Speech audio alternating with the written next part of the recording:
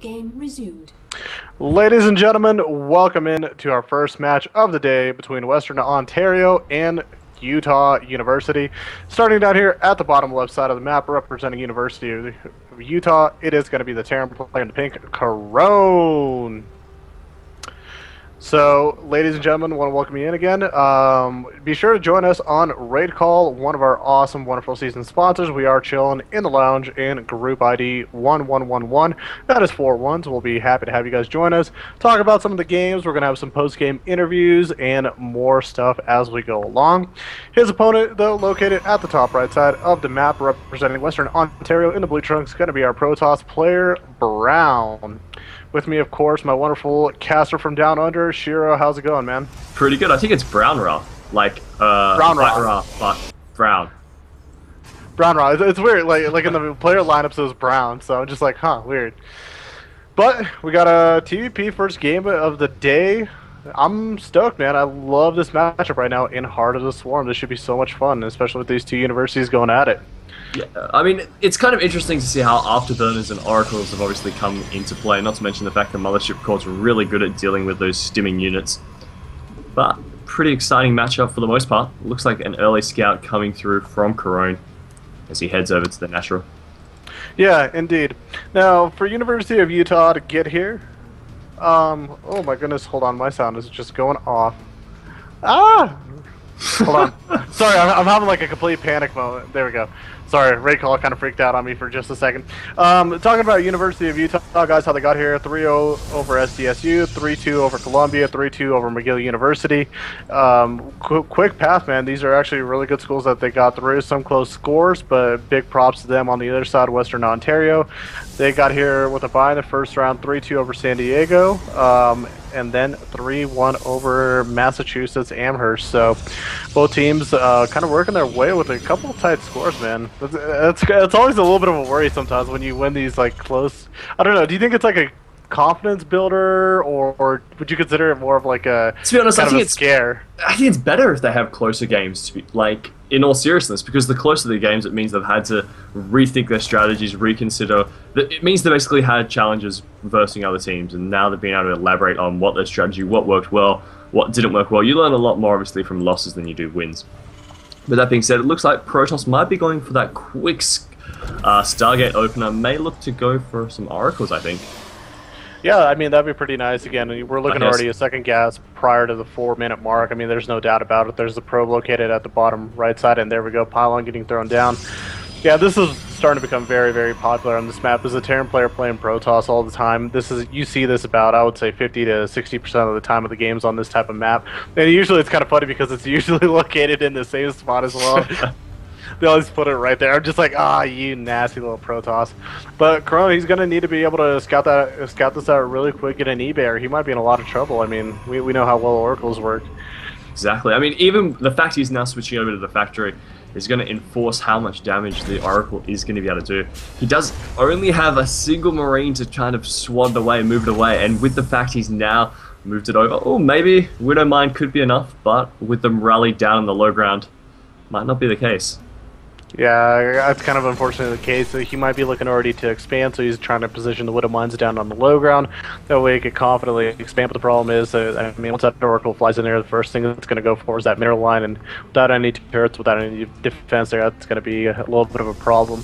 Now, at the moment, looking at it, Brown Raw is looking for a little bit more extra aggression. I mean, look at him. He's bringing the probe across the map. He's looking to place the proxy pylon on Corone's side of the map. It looks like he's going to go for a full-out aggression, adding the 2 additional gates, and I mean, this is probably just going to turn into a 3-gate Stargate type-esque play. He'll try to go for the big bust.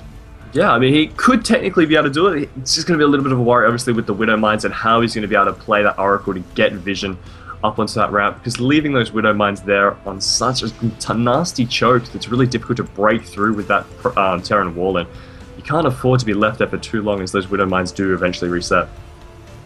Yeah, and here we go, the first Oracle flying on in here. Look at that. It's going to be able to maybe get a couple shots on some units. First Marine getting picked off. Widow Mine getting placed, and it's going to have to run right over to that mineral line, try to defend its poor little SCVs. But no, oh my god, no, what are you doing, Corone? I mean, Brown Raw, no, he's stuck around too long trying to DPS the mine down and loses the Oracle.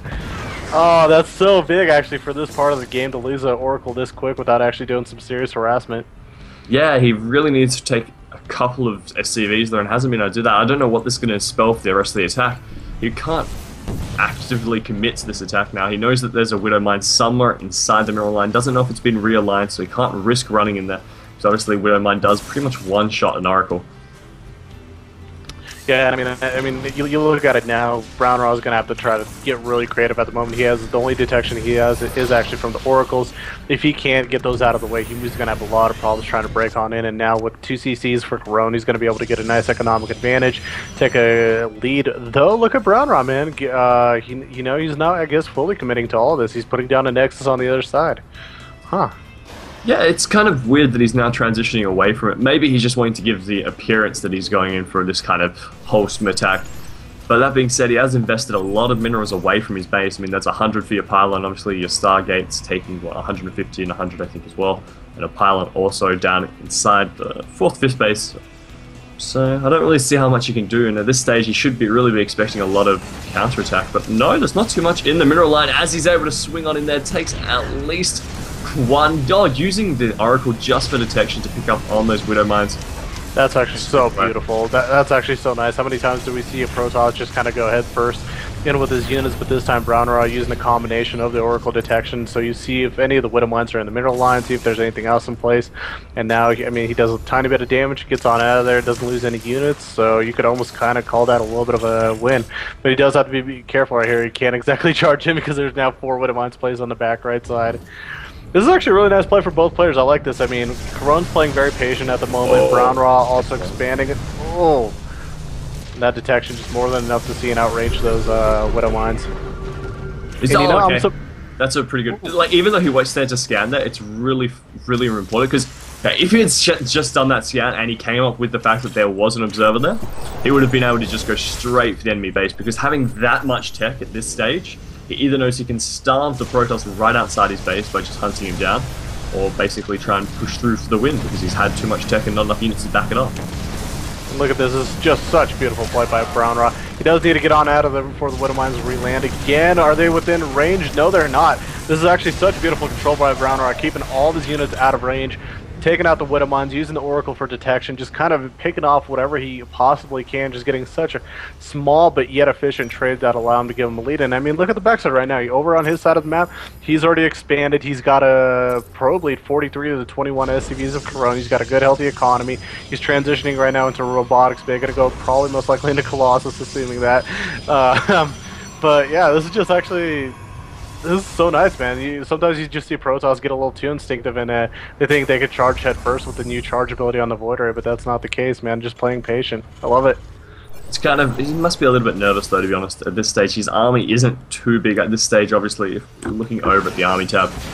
Terran does have a 200 mineral lead, but obviously a little bit more made up in the gas for the Protoss. But with that combination, you know, the ultimate pairing of Marines and Marauders, and throw in some Widow Mines, I think he could definitely take this Protoss army.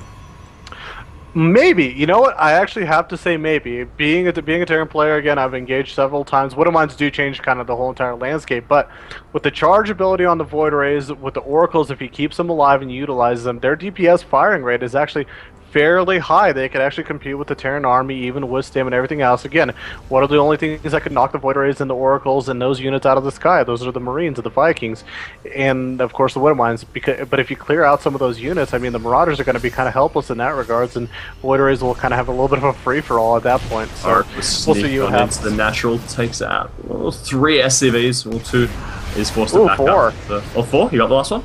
Yeah, I got one on gas right there. That was nice. That was so nice, man. This is actually so neat. This is kind of the awesome part of HOTS again. A lot of people at first were worried that this unit, I mean, not just in general this unit, but the game overall would kind of be a little bit unbalanced. It'd be very broken. It wouldn't be entertaining. It'd be just kind of just complete landslides. But I mean, looking at this game already, this is just so neat to watch how players are slowly starting to figure out. We're almost about a month into the game. Just how well people are starting to utilize the combinations, the new units, the different units. And I mean, look at this. He's just going to go back in with the Oracle and continue the harassment. I like it. Widow Mines. But he's got to watch out for the Widow Mines. Well, it looks as though the Terran ball is going to come through, clean up that Stargate. I wonder if he'll poke through into the 3rd base just to see what Protoss is cooking. You know, it never hurts. I mean, typically for a good scout and to have good awareness, you can at least send one Marine or just something really quick with a stim move in there and just double check and see. At this point, it wouldn't hurt, and he has these Oh, the scans to find Oracle's out about the sneaking third. around. He knows that there's Widow Mines there and does a nice job of kind of kiting around. But it gets a little bit... is it? Oh my god, what the heck? How close is that? You cannot do that. Right now, Brown Raw's got a significant lead. I mean, you take a look at Corona, he's already suffered a lot of damage. We take a look at the worker kill count, already 16 total workers have been killed.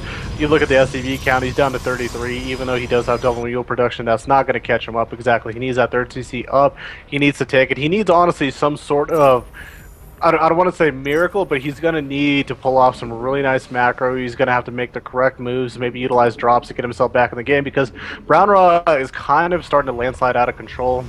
He's got a healthy economy, he's got good composition, good upgrades. Look at him, man. I mean, he's got a third base, and he knows he's confident. He's got a better unit composition at the moment overall, and just overall more muscle, man. He lifts. Brown Raw lifts. It's kind of surprising. It's currently 35 SCVs to 66 pros, which is a pretty massive difference.